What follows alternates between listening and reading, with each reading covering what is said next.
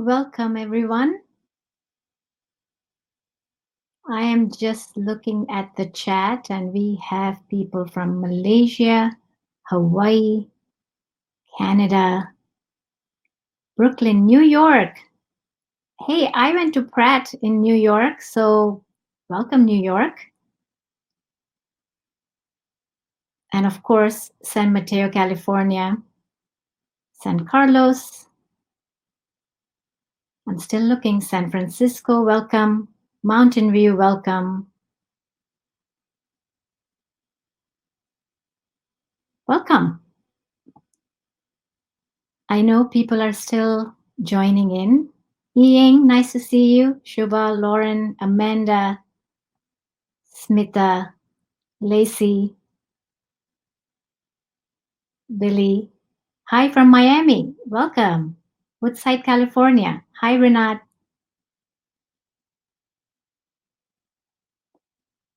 San Jose. Sorry, I didn't mention that. And looks like we have sold a lot of art already. Thank you so much, everyone. Do take a look at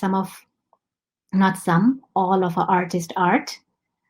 We do have a few pieces where the artist created fishes specially for our theme. As you all might know, AHI 2020. It was a short form for art, health, and innovation. And Jade came up with that. Woohoo, Burlingame! That's where Kids and Art Foundation's office is. Welcome, Janice. So I know people are still joining us, but I am going to start because we want to be on time, and I'm very excited to bring our keynote speaker. But before I do that, I would love to say a few words. So thank you, everyone, for being here today. It's day one. Woohoo! We are kicking off our Kids and Art Foundation's 4-day virtual summit fundraiser. An event of this caliber takes a dedicated team, so I want to do a quick shout out to the entire Kids and Art team and board members.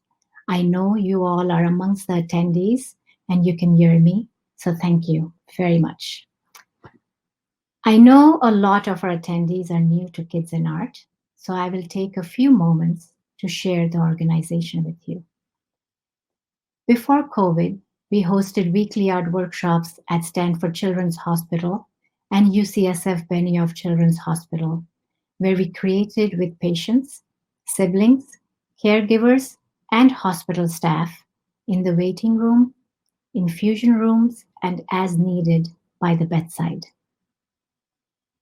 We also had monthly destination workshop program where our patient families came and created with us at fun creative venues like Pixar, Google, the Young Museum, and the like.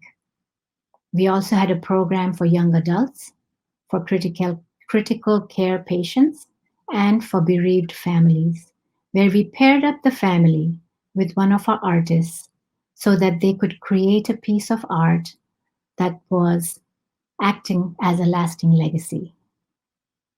However, since March of this year, all human-to-human programs were halted at the hospitals. So as part of our COVID response, we started a parent support group and moved all our art experiences on Zoom. And we also created a YouTube channel with art lessons and sent those art lessons to hospital media resources so that they can share them with their inpatient. Looks like people are not able to hear me very well. Please let me know if you can hear me. Someone please add in the text. Are we doing good? Can you hear me? Okay, I guess I'm just going to continue on. Thank you, Amanda.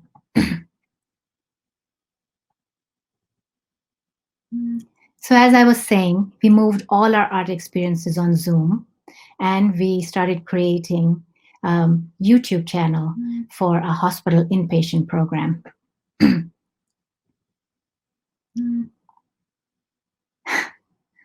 Technology is confusing, but I will keep going. Through our Workly Zoom Art workshops, we have reached 7 hospitals, have hosted 24 workshops, created with 267 participants, 323 pieces of art was created. We have had 4 guest artist tours and 1 virtual museum tour. For whoever is not aware, September is Childhood Cancer Awareness Month, and we always try to host our annual fundraiser in the month of September. September is also a very deep rooted meaning for me and my family personally, and I will share that in a bit. Kids and Art Foundation came out of a need that I never knew existed. My son Ame was 3 when he was diagnosed with cancer. At that time, my profession was graphic design, and I was working full time. And I suddenly found myself as a full time cancer caregiver. Whenever people hear about Kids and Art Foundation, they all tell me, wow, you're such an angel for doing this. It takes so much selfless love and courage.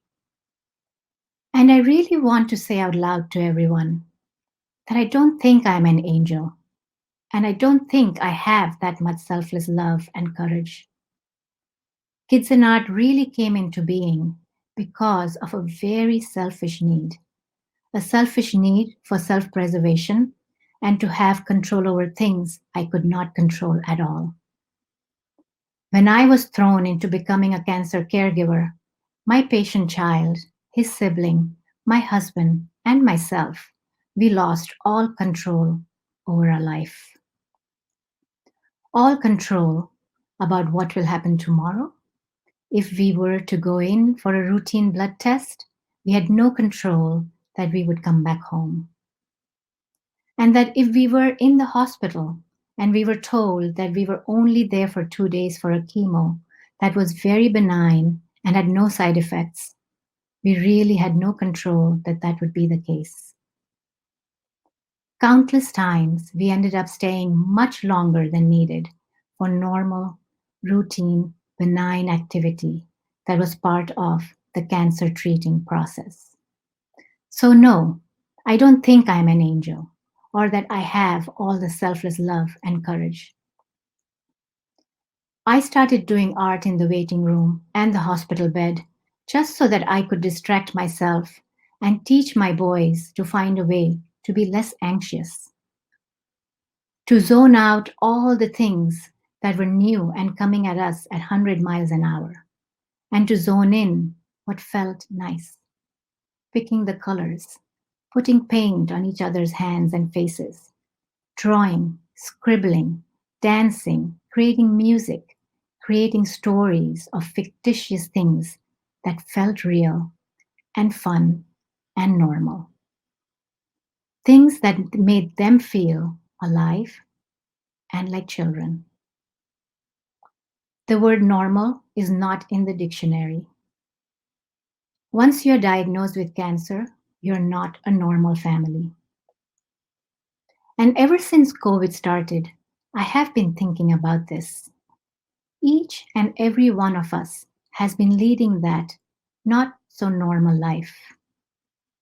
This is what an immunocompromised family lives through. They don't go out, they don't meet people, they don't make playdates, they don't make plans. There's a lot of don'ts in their life. And that's really what the pandemic has unfortunately shared with everyone. I do not wish this upon anyone, nobody at all. But I couldn't help and look at what life is right now because it really took me back to what life was for us when my son was going through treatment. Ame was always called Amazing Ame by his friends because he was truly amazing. And I'm sure everyone says that about their children. But he was Amazing Ame for many reasons. The fact that the little 3-year-old was supposed to be done with his treatment in 3 years relapsed just as his treatment was about to be over. And then, after his relapse, the treatment was almost over, but he was diagnosed with a chemo induced AML, which is a very high risk cancer, especially when a child's body has received 5.5 years of insult and injury from chemo, radiation, and just many other cancer related drugs. After all of this, Ame needed a bone marrow transplant in April of 2011. And even though he was of Indian origin, the reason I bring this up is it's very hard to find a match. However, Ame was lucky to find a 10-10 donor, but his transplant failed. And Ame passed away after fighting for 6 years at the age of 9 on September 25, 2011. Our amazing Ame is missed dearly, especially during the month of September. And this is really the reason why this whole conference has become a part of Kids and Arts ecosystem. Conversations about quality of care, of improving the quality of care. Creative arts was such an important part of our healing journey. And since I have founded Kids and Art, it has been a positive force for thousands of patients, siblings, and their caregivers as well. It has also improved the happiness meter of the hospitals we are part of. Because over the years, we have had nurses stop by and say, "My patient was so relaxed today, thanks to your artists." We also get front desk staff to tell us, "We love the days your artists are here." And parents and patients themselves have told us that they have moved their appointment schedule to coincide with the days our artists are in.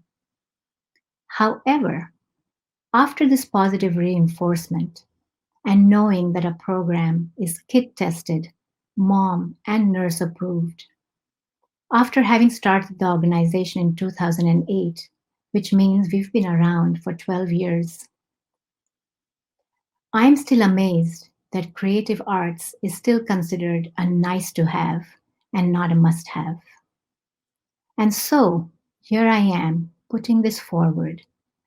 As you go through 4 days of listening to fantastic speakers, creating art, enjoying music, cooking, and just doing everything that has to do with your senses, everything that makes and keeps us alive. At the end of the session, at the end of the 4 days, if you still come out thinking that life is nothing without the arts, please do share. Please do make a noise. Please do keep this conversation going. We have to change the way our healthcare system works. We have to make sure the healthcare is treating the whole child and not just the diagnosis. We have to make sure that the child and the family's emotional and psychosocial needs are also taken care of, instead of just focusing on getting rid of that tumor or that sarcoma or whatever the cancer diagnosis is. Please join me in keeping this conversation alive. By the way, let me please clarify one thing. Our programs are at big award-winning hospitals, but please let me share that we do not get any funding from the hospitals. Our programs are supported by individual donors, philanthropists, company matching, and grants. We have so many positive stories to share, as well as impact numbers, but I do not want to take too much of your time. So please do reach out to me or anyone from Kids and Art, and we will be glad to share all the impact that we have created over the years. So without further ado, I would love to invite a very special guest, our keynote speaker, Sheri Sobrato Brisson, philanthropist and children's health advocate. In her early 20s, Sheri was faced with a 6-month prognosis following being diagnosed with a malignant brain tumor. Sheri is a passionate about helping others discover their inner strength and wisdom through health challenges. She is founder of the Digging Deep Project, creator of the multiple award-winning Shadow's Edge, the first ever free mobile game to build resilience in teens with illness and other life challenges. Sheri has co-authored Digging Deep, a journal for young people facing health challenges, and has spent over 25 years as a support group facilitator for pediatric patients and their families, and is a strong believer and supporter in art for healing. So, welcome, Sheri, to the stage. You can take it from here. Thank you, everyone. While we wait for Sheri to join us, I just want to say thank you, everyone, for being here. Am I here? Oh, there I am. Okay, I did it. Thanks, Purvi. Just give me 1 second here. I'll get myself organized. Oops. Okay. Let me just. Wow. Well, thank you so much, Purvi, for introducing me and inviting me to be the opening keynote speaker for the AHI conference, where we are going to be talking about quality of care and art and healing, which are two very important subjects to me. And thank you for bringing us together, Purvi, for this learning environment. Ever since I met you, we've been kindred spirits in our passion about creative expression as a path towards building better inner strength for people and helping them get in touch with that inner strength so that they can not just get through a crisis like a health crisis or any crisis they face, but to actually learn from it and grow through it. So to frame this virtual conference that we're having, I'd like to shed some light on why we're all here this week. I'd like to take a minute for everybody to put themselves in the shoes of a teen or a cancer patient or someone who is critically ill. So close your eyes for a minute and feel what it's like to be that child or teen enduring those long and difficult treatments that Purvi described. Feel what it's like to be separated from friends and family. You might feel pretty scared, not knowing what's happening to you or what might happen next. You might be angry for all those aspects of your life that you're missing out on. You could be facing isolation, not for days or weeks, but month after month. Your illness has disrupted your life as you knew it, but hey, somehow you endure. Somehow you pull yourself together and pick yourself up each time. You're the star patient with that I can do it attitude. And with every setback, you pick pieces up and start again. Everyone is so proud of how you're dealing with your illness, how you're keeping your life just as normal as possible. But hey, let's stop right there. After hearing that, does any one of you feel normal? As Purvi said, there is nothing normal about being a cancer survivor or a cancer patient. And there's nothing normal about what you're going through. When we hold out that normalcy for the ideal for our young patients, we are actually not getting to the heart of the matter, which are the emotional needs of the patients. Believe me, even if these courageous young people are not showing their feelings to us, they are absolutely having them. In fact, there's so many feelings happening at the same time with these kids, ranging from worry to anger to sadness to desperation. But really, at the same time, they're also feeling joy and they're holding on to hope.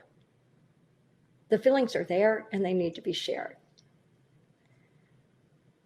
As someone myself supporting young patients, yeah, I've had that urge to jump in and help them feel better, but that's not really helping. As a result, we might even be denying these young people the chance to work through those feelings.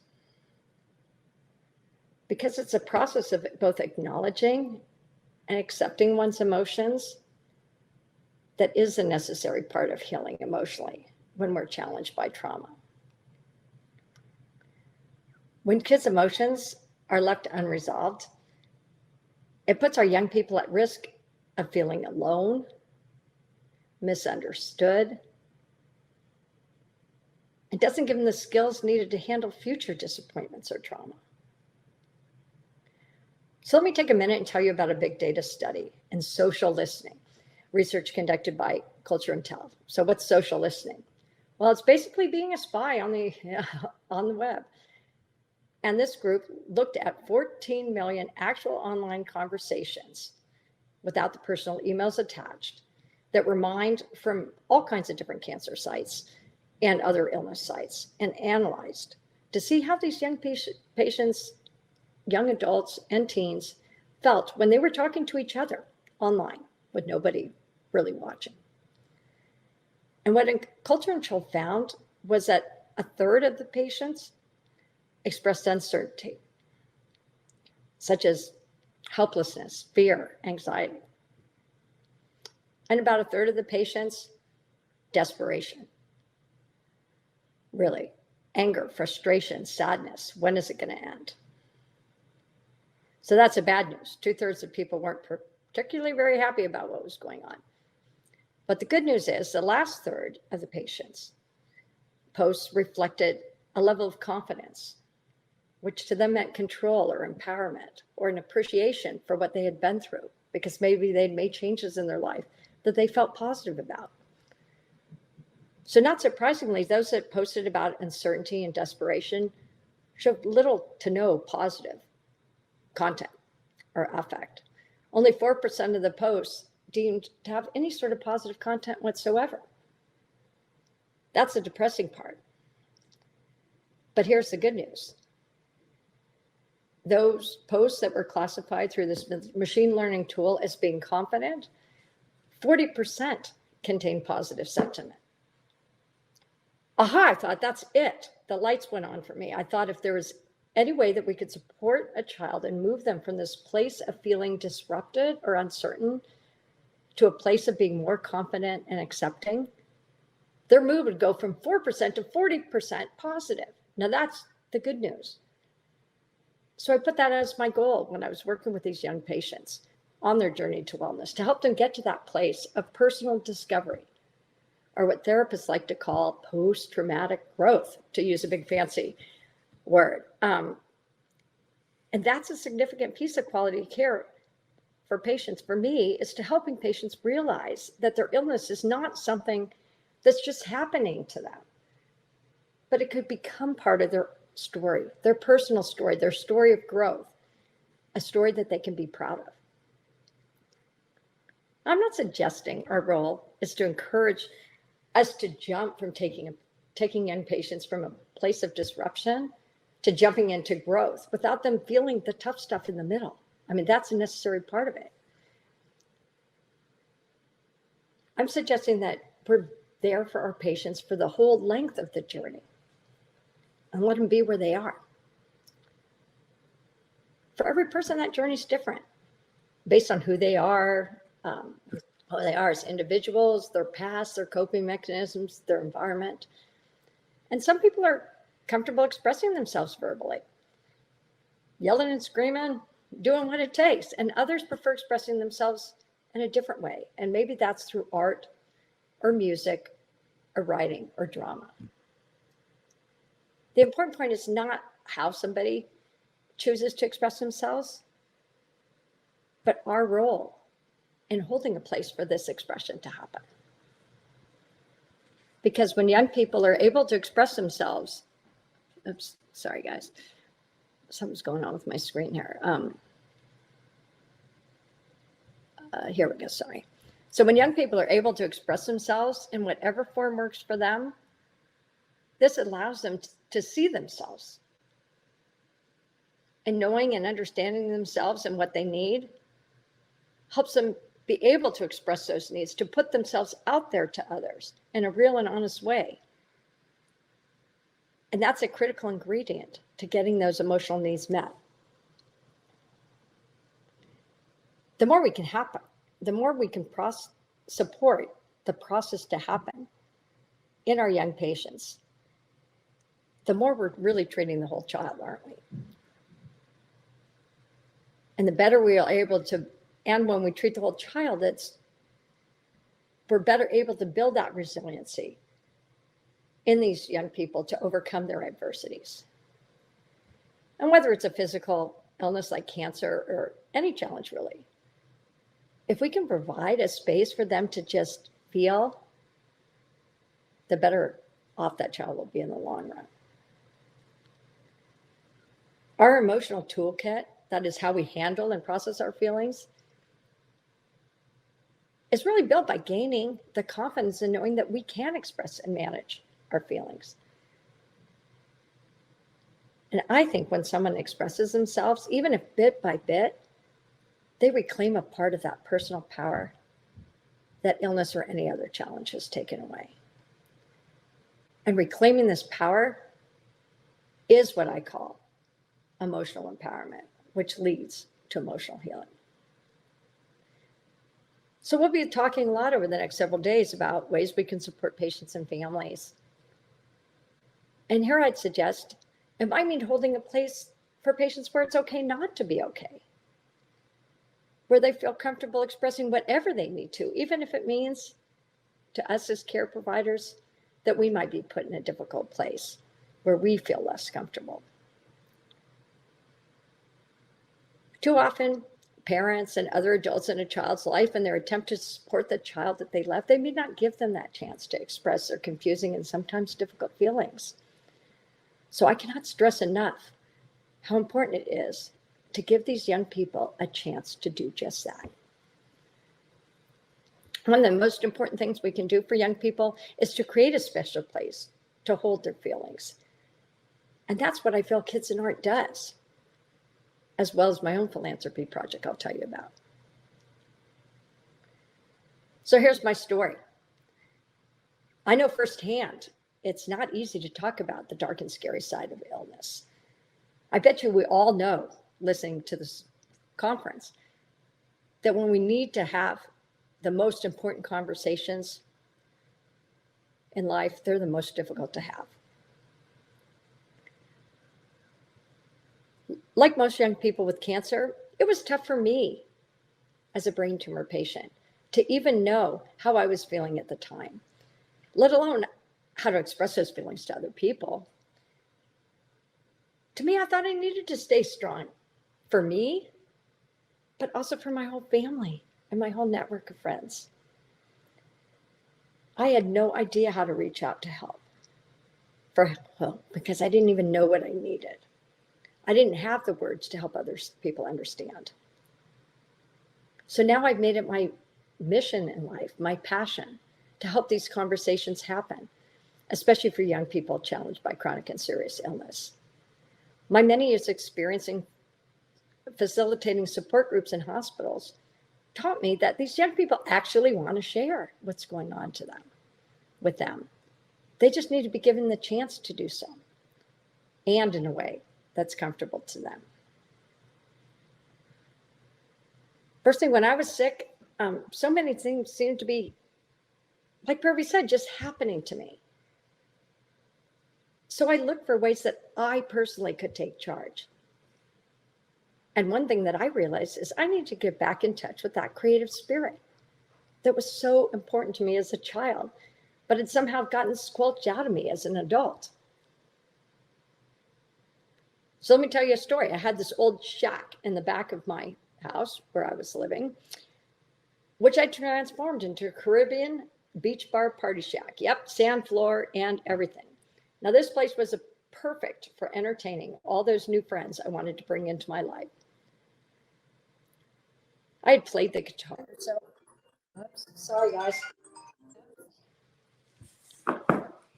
That's what these guys are. Let's see.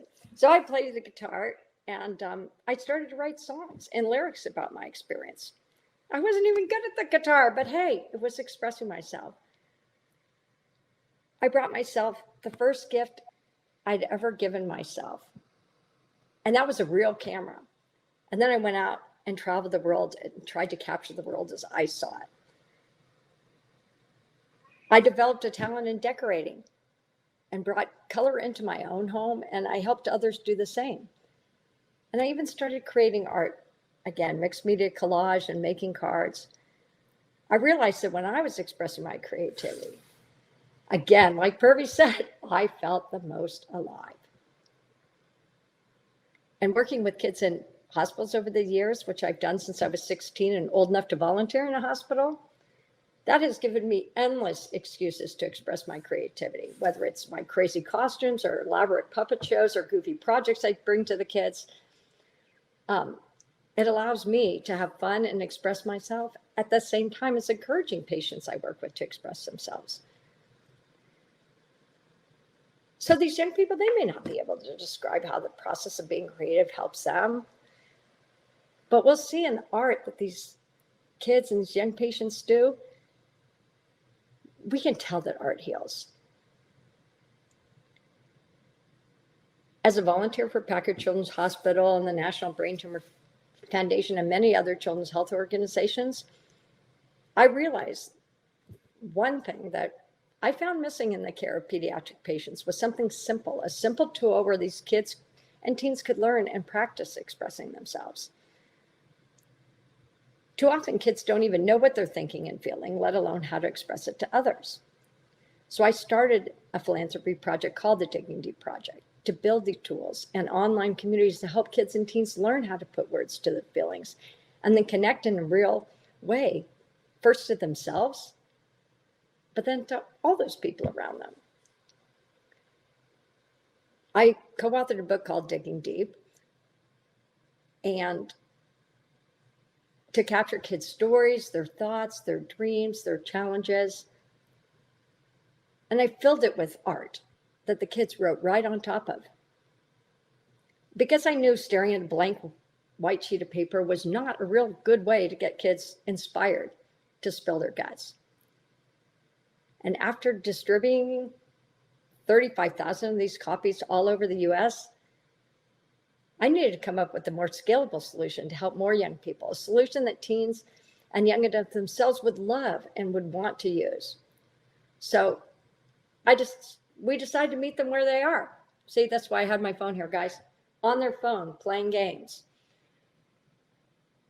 All kids have phones. They all play games and spend, many more hours probably than we'd like playing games. And so that's why we created Shadow's Edge, a free mobile game that allow kids to transform a city that's been destroyed by storm through their creative self-expression. Shadow's Edge has at its core journal writing, just like the book did, but it also incorporates a space to create art. Well, graffiti, you'll see. Let's take a look. Purvi, can you play the video, please? Sure. Oops. Let's see.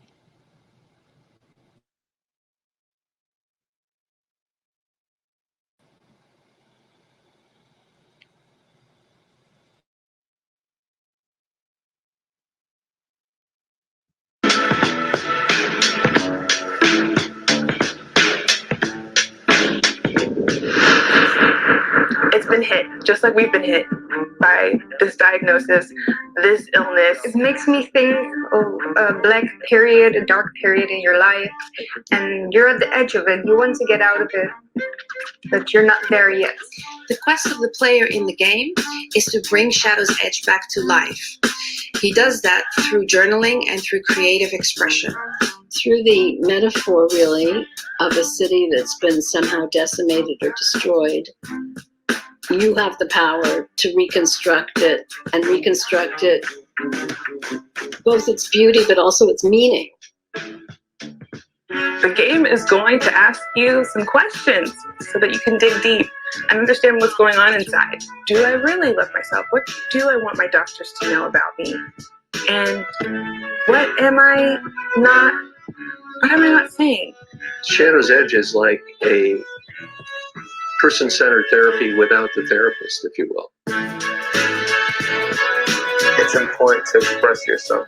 You need a little more than just a distraction or a little bit more than medical medicine. It'll help you in so many ways, like more ways that you can possibly understand.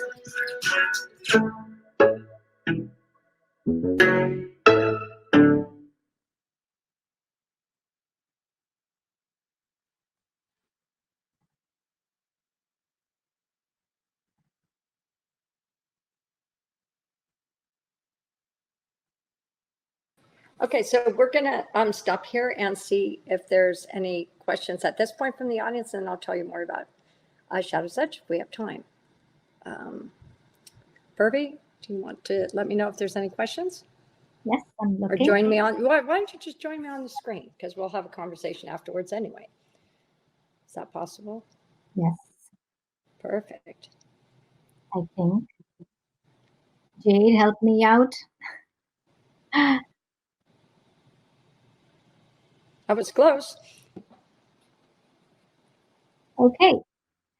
All the kings will be taken out after the first event, so we'll be fine. Okay, there we go. After this, we'll be like dancing and all of that. So, okay. Perfect. Who has questions? Does anyone have a question yet? People are trying to figure out where they can ask. So you can use the chat to ask questions about anything Sheri has shared and the video, of course. Yes, we have a question. Is it a free game and designed and designed for what age group? Okay, great question. We're going to answer that a bit later, but I'm happy to say that now. So yes, it is free. It is available on both the App Store and Google Play. And you just search for the game's name, Shadow's Edge, and it will pop up. It's for 13 plus. At the stage it's in right now, we have been working with our young people, our teens and young adults, very closely in designing the game, the story of the game, the dialogue in the game, and getting feedback of how they think about playing the game and things. So our players right now need to be 13 plus so that we can have those direct conversations with them. Thank you. And I think we have Erin who has a question, but I'm not seeing her question. Erin, would you like to write it in, at the bottom it says I have a question? Okay, while Erin is still writing the question, I just want to ask, so when did you launch Shadow's Edge?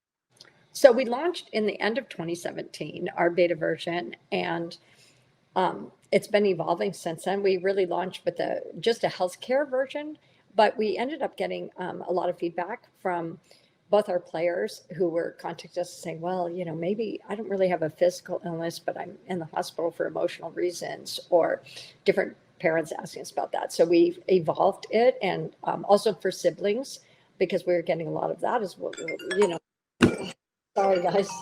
I'm getting, hang on a second. So while Sheri is... here, I'm back. Who's that? Yes. Okay, here I am on screen. Okay. So we also get a lot of the questions about, well, is it okay if siblings play? Even parents were saying, young parents especially, saying, hey, there's a lot of questions in here that are quite general that I wonder and worry about myself. Not everything is about diagnosis, treatment, and relapse or symptoms. And, is it okay if I answer those questions? So what we ended up doing this fall, which was actually in perfect time for COVID, I gotta say, we broadened the questions and we took out things that talked about diagnosis and said challenge. And things that talked about relapse or recovery. And when it was relapse, we said things like when you have to deal with your challenge again. And this would make it much more inviting, we thought, for everybody to play. So players read into it what they need.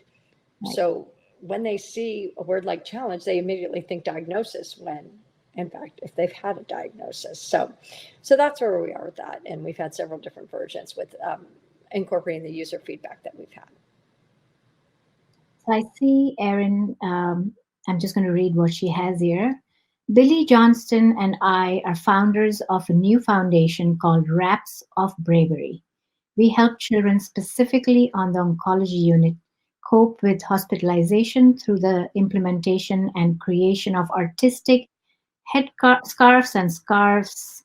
Um, what feedback and recommendation do you have for starting up and maintaining a successful foundation? So I'm sorry. So the question is, what feedback do I have about someone starting? Good luck. No, I'm sorry. It takes a lot of perseverance, but it's so needed. I think that people that have that passion to start a project like that, and first of all, I don't think you need to know what you're doing. I'm telling you, I did not know what I was doing when I started. I felt like it was something that I needed to do, and I don't know. You tell me, Purvi, if this was your experience, and you just learn as you go along, and you just ask people that are a little further down the road than you are. I mean, never in my life did I dream that I would have a warehouse filled with 35,000 books and have to figure out in a panicked way, like, what was I going to do with this book? What if nobody liked it? Right.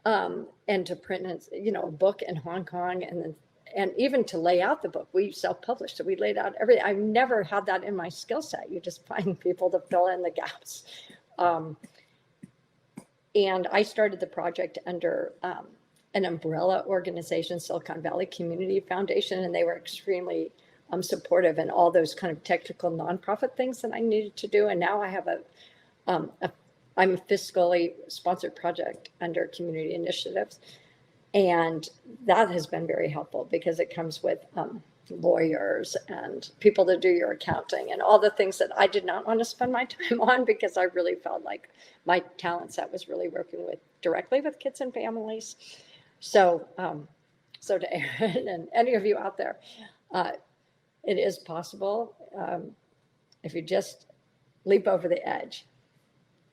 And I'll add to that too, that you just definitely need lots of passion and lots of amazing volunteers who believe in what you do and will jump in and guide you and just do what needs to be done.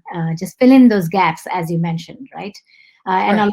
And along the way, you'll find right people, and don't hesitate to ask them to help you. Means I know when I started Kids&Art, I had no intentions of starting a non-profit. That's not what I had set out to do. And it just became a non-profit. And along the way, I just told people, I have no clue what I'm doing.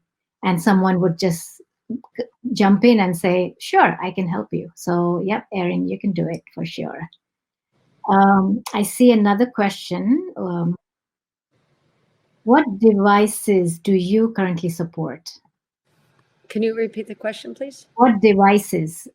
So it's on Apple, Android. What devices? What devices? I'm sorry, it was a little bit hard for me to hear. Yes, you can Apple, so you can get things at the App Store, or Google Play if you have an Android device. It works equally well on both. And I should throw in, you can even, if you're not a child if a child is someone that doesn't really like to physically, write, you can talk into your phone and then it will be voice to text in terms of filling out the journal entries and things like that. So that's helpful, or especially for a sick child that doesn't feel like writing, or it reminds them of homework, or whatever the reason, if they don't want to write. And then I'll also say the graffiti tools are also a very non-threatening way to do art. When you think about it, it's fun to colorize a city, to it's kind of the dirty bad thing, right? That you get to go, mark up all these billboards and walls, and it's not like you're going out there in your real life to do it, but it's edgy and it's fun for kids to do that. And the tools that we have, our graffiti tools, work equally well both on both devices, and it's designed to be a cell phone game, so it's not a console game. So and one of the reasons we did that is, think about all the hours of, if anybody here is a patient family, all the hours that you sit in the waiting room that could be used doing something fun on your phone that's not necessarily a shoot 'em up game. I mean, this is a game that teaches you how to live with and grow from your challenge instead of knocking it down, because we know that the dominating one's illness isn't always possible. Thank you. And we have a question from Julian. is this game used as a tool for doctors also? Do the doc- So, oh, so do the doctors have access to what the patients have created in the game to help them assess where the patients are emotionally? so if the patient wants to share, they would, but not on an ordinary basis. So yes, it has been used and often recommended by doctors and child life specialists and social workers and pediatric psychologists and all that kind of range of things. So sometimes they just recommend it, and it's designed to be a self-help tool so that young people can do it on their own. But just like a kid who does physical art comes up and says, "Look what I made," and shows the parent because they're really proud of it. You can do that on your cell phone, right? Because you can always go back and revisit as a player. You can revisit those points where you've written something in your journal, and then you can read it or just show it and have them read it. Because some kids, they're embarrassed to read their own story, and but sometimes they're very proud. And I would just like to say that to honor wherever the kid is. It would be completely intrusive to take their phone and figure out their password and start looking at the art. But if you ask them to share, then that's good. And you could even suggest, like and we're working on our training manuals now for those professionals so that they know what all the questions are in the game. I mean, obviously if people want to get in contact with me, I can email them that, but we're going to have like a training manual so that if there's certain issues that a pediatric psychologist has perhaps been hearing from a patient, then they can actually assign certain questions, like they can give a challenge to the young person. Oh, well, can you go find the question about friendships, or can you go find the question about relapse and answer it for next week? And then because a young person, unlike me, is not clumsy, they can figure out where in the game these are, more or less, what world is part of it. And if we have time, we can talk about the different worlds, but they can actually do that. But it would be something that the patient will share. That I will say one other thing though, there is a very easy way for patients to share certain things, and that's graffiti. So that the journal entries themselves, that is a way for kids to express themselves and maybe come up with those aha moments, a few words that they want to add to their graffiti, for example, like, I mean, let's just take something simple like "I did it," or I need help, or whatever it is. Or cancer sucks. A few words that they can put into their graffiti. So now they've made this great graffiti image, and they make, many, many, many in the game. You can paint on just about everything. But it's kind of personal. Like they don't want to share the whole picture, but hey, this one little part of it would be okay. If you think of like a wall art mural, but this little corner, that's not so personal. In the second part of the game, where it's one of the more challenging parts of the game emotionally, we wanted to have something super fun for the kids. So they get a camera, so they can take a picture of just a little part of what they've created. And they can share it on what we call Shadowgram, which is the internal, kind of like an Instagram, but just for our players.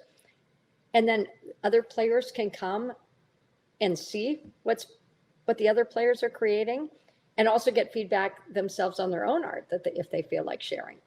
And the feedback is not like people can type in whatever they want. That wouldn't be particularly safe. It's all positive comments like, "Hey, been there, done that. I'm there for you. Hang in there." Those kind of comments. So once it's in Shadowgram, then you can export what you create. So if you're working with a therapist, for example, maybe you don't want to show them everything that you've ever made, or try to find it during the hour in therapy or whatever, but you can just email your doctor or your parent, or your great cousin who lives in Africa somewhere, whatever you want. You can actually have the control as a player to share those portions, but not the personal journals.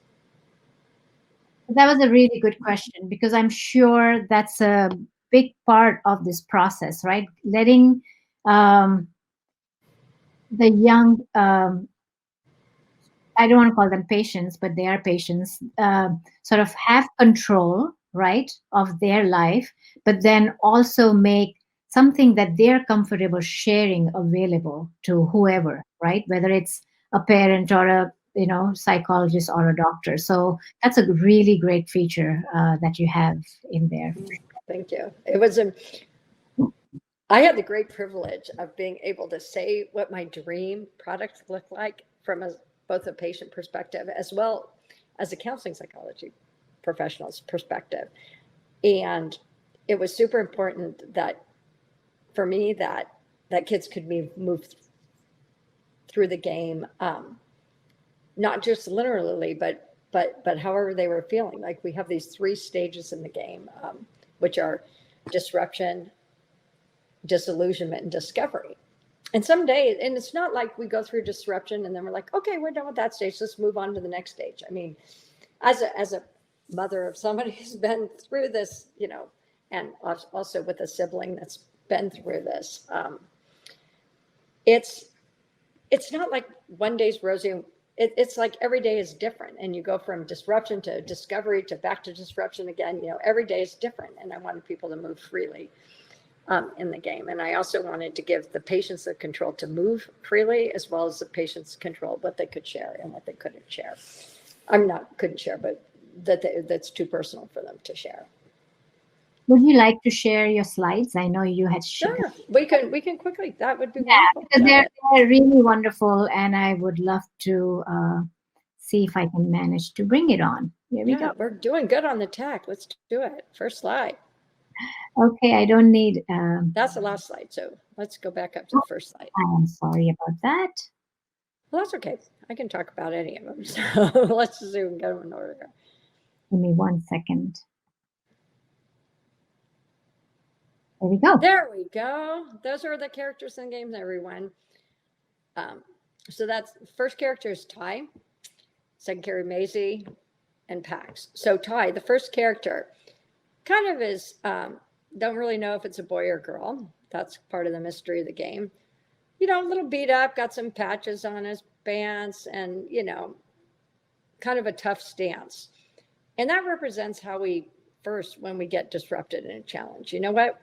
We kind of get by, we power through it. We go through, we just get in touch with that point and that place that we trust in ourselves of how we've gotten through other things. So Ty actually copes pretty well, might be in denial part of the time, but, gets through it. The second character is Maisie. Now, she represents kind of the heavier stage in the game. That's why she looks a little heavier, dark, long hair, a turtleneck to her chin, hat to her eyes, not very much of her is showing, because certainly lots of kids, young people can relate to that character because maybe they're in that space. And she's a little bit morose, but she's actually super funny. She's the funniest of the characters, and she's very spirited, and she goes inside and gets in touch with her poetry and her art and kind of discovers herself. Now, then we move on to Pax, our last character, and she represents the final stage, which is discovery. And in her world, which you'll see in a second, it's all bright and sunny, just like her hair. She's colorful, she's vibrant in the way she walks. She doesn't hunch over and isn't gloomy in her presence. She's actually quite peppy and got her peace sign. She's kind of arrived. So it's these characters, and like I said, as the young people play the game, they can see a little bits of themselves in every of these characters. Why don't you show the next slide, and I'll show the worlds. Yeah. We can. So here we are in the worlds, as if you can see, is disruption, disillusionment, and discovery. And as I said, it's crazy in the beginning, things are all turned upside down, and that's the way a lot of us feel when we're going through something like that. And the second stage is disillusionment, and the final stage, discovery. And discovery, you can get up higher and higher on the buildings, and that represents, metaphorically, the perspective that we gain on our life as we continue on in this. And you can see in each of these pictures, the young people have actually put graffiti on some of these objects. That's some beautiful artwork that people say, but like if in Discovery, it says, "I'm still strong." And let me see if I can read it. Let my voice be heard, I think is what the second one says. Very powerful. And that's just a stencil. That probably takes no more than 10 to 15 seconds for a young person to create. It stencils one color, one swipe, and it's done. And some of the art gets very complex. People even use their styles and a bunch of other stuff, import things. But on the simple note, if you just want to keep it simple, it can be very simple. So why don't we go to the next slide here and see what. So this is I want you to take this in, everyone. These are some other images that people have made. And if you can see, not only is it really interesting to look at, but very powerful messages on some of these. Let's go to the next slide. There's just a few more. So these are actual images that our players have shared in Shadowgram. So you can see the variety of different styles.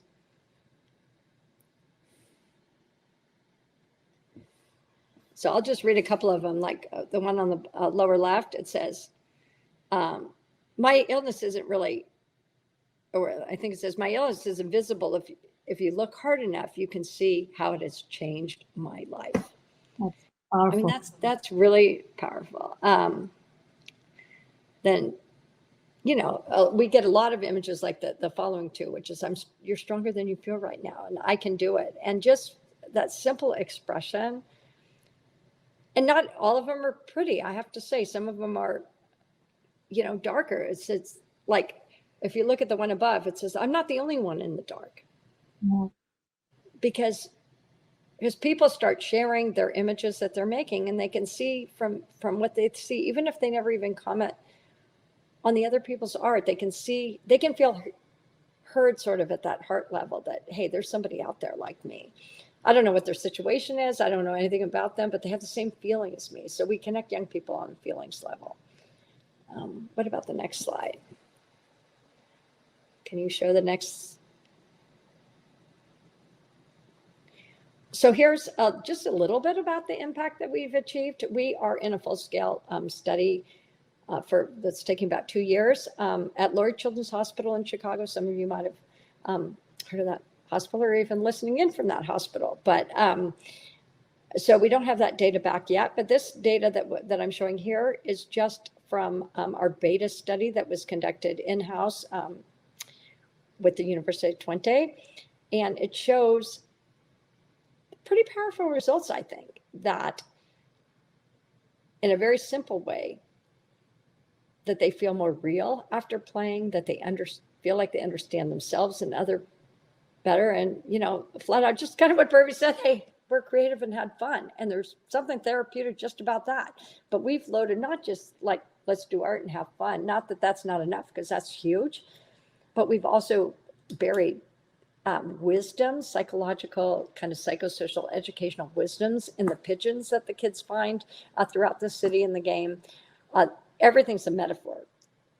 The characters, how they move, how they walk, what they talk about, the worlds, what they look like. And a lot of what they absorb by playing the game are just sort of the subliminal messages that we put in the game.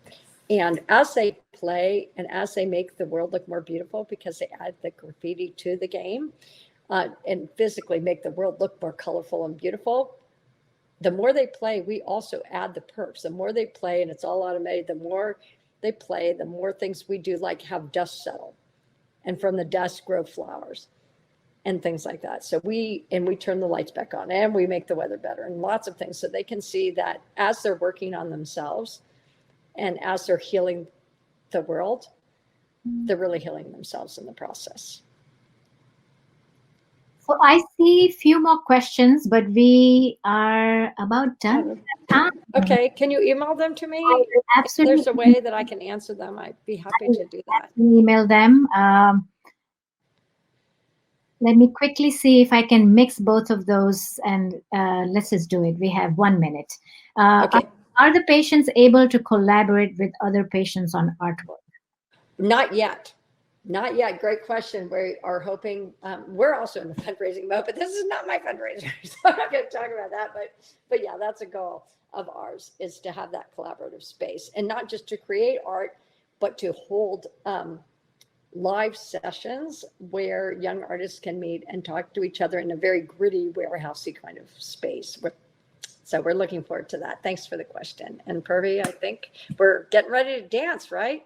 We are. The virtual reality DJ session is about to begin. They already told me they're ready to call everyone in. I do want to thank you very much, Sheri, for opening this 4-day virtual summit fundraiser for us. You've been an huge supporter of Kids and Art, and I am very grateful, and so is the entire Kids and Art team. So thank you so much for sharing your story, Shadow's Edge, digging deep, just everything that you're doing. Thank you. Well, thank you. I'd encourage everyone to, if you have the means and have been motivated to also support Purvi and everything she's doing, not just for this conference, but the ongoing work that she's doing with patients and families and the pivots they've had to do during COVID. So there's incredible art, and I'm going to get off the phone so I'll call so that I can bid on one piece I have on my eye on. So I'm not telling you what number it is, so I can go grab it right now. So there's art, and then just general donations that can be made. So thank you so much for everything, and happy dancing, everyone. Thank you very much. And I am going to introduce Ozan. I'm going to close your video and introduce Ozan. And then I know our volunteer and Ame's sibling Arjun, he is in Rhode Island School of Design, but he is managing the next session from RISD and bringing Ozan in. But I do want to take 1 second to introduce Ozan. So give me 1 second. Ozan is the co-founder and chief product officer of Tribe XR. Ozan Serim has extensive experience in character animation, product and project management, having spent 3 years as technical director of High Fidelity and 7 years with Pixar, working on Academy Award-winning films such as Brave and Toy Story 3. Ozan is a graduate of San Francisco Art Institute, and he's a keen tennis player and musician. So without further ado, everyone stay where you are. I think Arjun is going to call us in for the next session. It's a virtual reality DJ session. It is going to be really fun. As they call it, it's going to be woke and lit, and it's going to be fun. So I'm ready to dance. So let's get the party rolling. Arjun Shah, take it away. Thank you again, everyone. Thank you, Kids and Art team. Thank you, board. Thank you, all the attendees who are here. Looks like we have 272 people signed up, and looks like everyone's moving on.